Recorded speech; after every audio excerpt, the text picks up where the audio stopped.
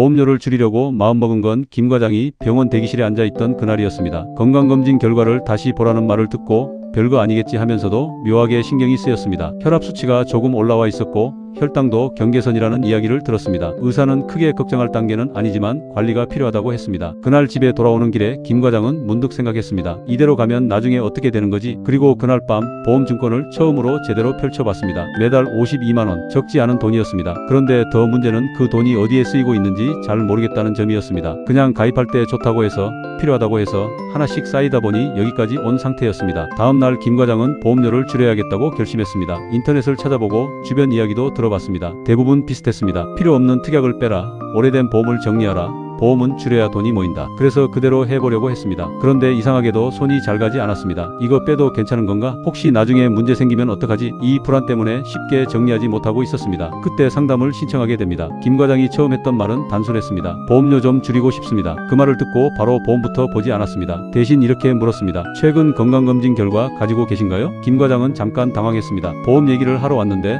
왜 건강 얘기를 먼저 하냐는 표정이었습니다. 하지만 그 질문 하나로 방향이 완전히 바뀌게 됩니다. 검진 결과와 병원 이용 기록을 기준으로 현재 상태를 먼저 확인했습니다. 그 결과는 생각보다 명확했습니다. 지금 당장은 큰 병은 아니지만 심혈관 계열로 이어질 가능성이 높은 상태, 그리고 생활 패턴상 향후 관리가 제대로 되지 않으면 만성 질환으로 이어질 가능성이 높은 구조였습니다. 여기서 중요한 포인트가 나옵니다. 보험은 지금 상태가 아니라 앞으로를 대비하는 구조라는 점입니다. 김 과장의 기존 보험을 다시 봤습니다. 여전히 보험료는 높았지만 앞으로 필요해질 가능성이 높은 보장은 약했고 지금 당장 체감되는 보장이나 의미 없는 특약들이 자리를 차지하고 있었습니다. 그래서 접근을 완전히 바꿨습니다. 빼는 게 아니라 남길 것을 먼저 정했습니다. 앞으로 위험 가능성이 높은 부분, 실제로 비용이 크게 발생할 수 있는 부분, 그리고 장기적으로 부담이 될 수 있는 구조를 중심으로 기준을 세웠습니다. 그 기준이 잡히고 나서야 정리가 시작됐습니다. 중복된 보장은 과감히 정리했고 의미 없이 유지되던 특약은 제거했습니다. 대신 앞으로 필요해질 가능성이 높은 보장은 유지하거나 보완했습니다. 결과는 단순했습니다. 보험료는 52만원에서 34만원으로 줄었습니다. 하지만 김 과장이 가장 크게 느낀 건 금액이 아니었습니다. 이제 왜 이 보험을 가지고 있는지 알겠습니다. 이 한마디였습니다. 보험료를 줄였다는 것보다